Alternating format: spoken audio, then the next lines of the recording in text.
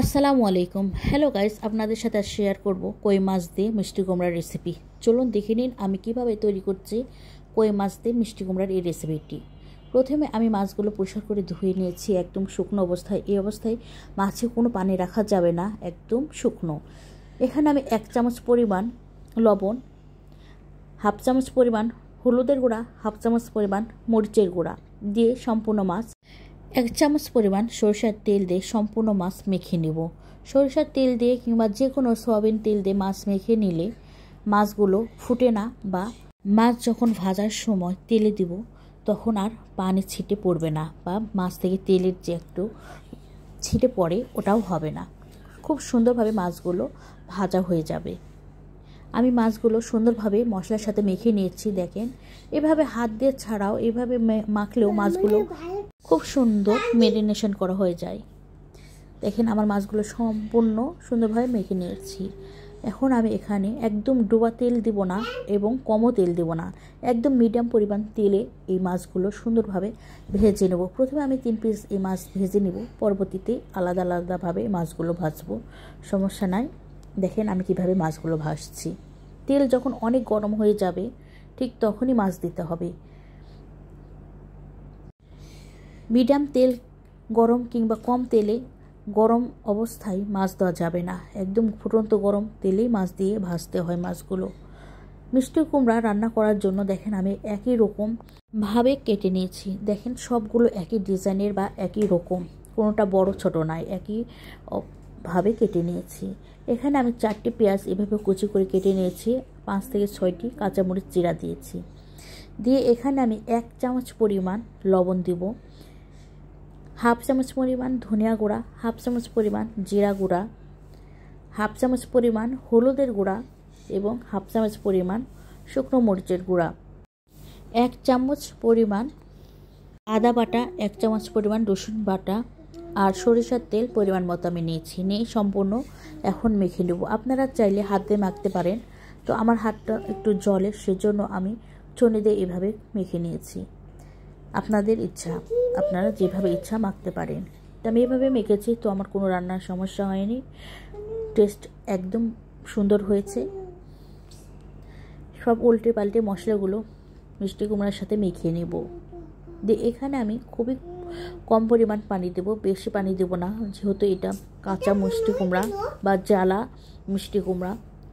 এই 1 মগ পরিমাণ পানি দিয়ে আমি এই মিষ্টি কুমড়া রান্না করব, যাকে বলে হাতে মেখে মিষ্টি কুমড়ার রেসিপি।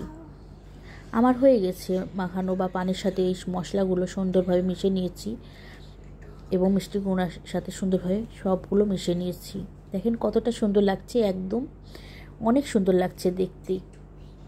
আমার মাছগুলো ভাজা হয়ে গেছে, এখন উল্টে পাল্টে সুন্দরভাবে তুলে নেব। দেখেন আমার মাছগুলো সুন্দর পারফেক্ট এবং মচমচে করে ভেজে নিয়েছি, একদম কড়া করে না এবং জ্বালাও নাই, মাছটা একদম কাঁচা নেই, সুন্দর পারফেক্ট ভাজা হয়ে গিয়েছে।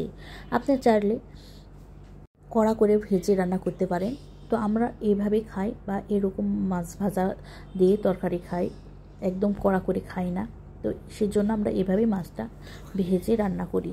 তো হয়ে গেছে আমার মাছটা ভাজা। এখন পরবর্তীতে মাছগুলো আবার দিয়ে একইভাবে মাছগুলো সুন্দরভাবে ভেজে তুলে নেব। এক এক করে সবগুলো মাছ এখন দিব, দিয়ে সম্পূর্ণ মাছগুলো সুন্দরভাবে ভেজে এখন তুলে নিয়ে তরকারির ঝোল যখন মাঝে মাঝে হবে তখন মাছগুলো দিয়ে দেব। তরকারি এখন আমি চুলায় বসিয়ে দিয়েছি। তরকারি এই অবস্থায় একটু উল্টে পাল্টে দিব, বা কাঁচা অবস্থায়, কেননা অনেক সিদ্ধ হয়ে যখন যাবে তখন এই তরকারিগুলো আর নাড়াচাড়া করা যাবে না। এইভাবে সম্পূর্ণ মশলার সাথে তরকারিগুলো সুন্দরভাবে এভাবে উল্টে পাল্টে মিশিয়ে নেব। দেখেন আমি কিভাবে করছি। সম্পূর্ণ এখন মেশানো হয়ে গেছে, এখন আমি আবার ঢাকনা দিয়ে ঢেকে দেবো, দিয়ে তরকারিটা রান্না করব।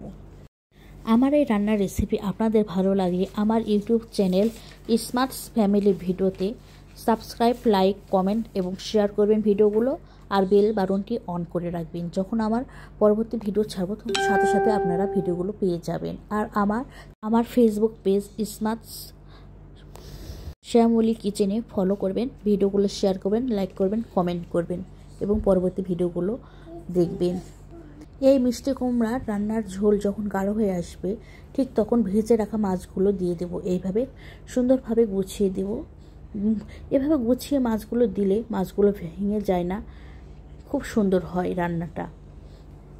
সব মাছ সুন্দরভাবে সাজিয়ে দেওয়ার পরে একটু তরকারির ঝোলের সাথে এইভাবে হালকা করে ছুরিতে মিশিয়ে নেব।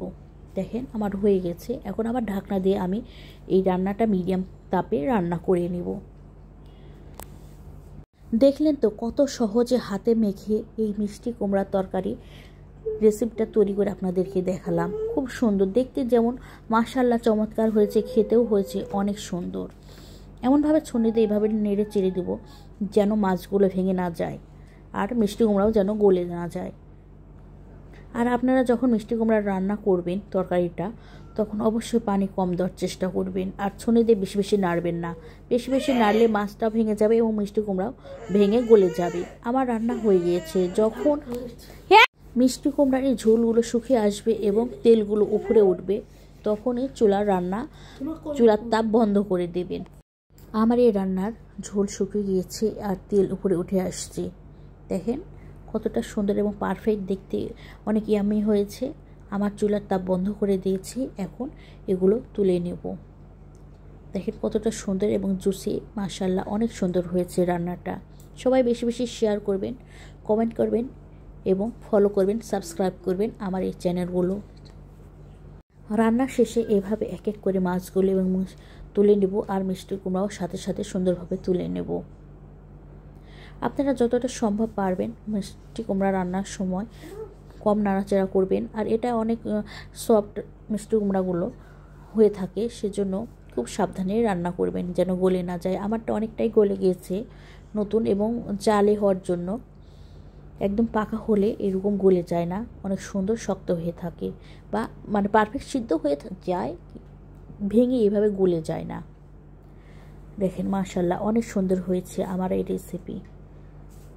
Please subscribe, follow, comment, share my channel.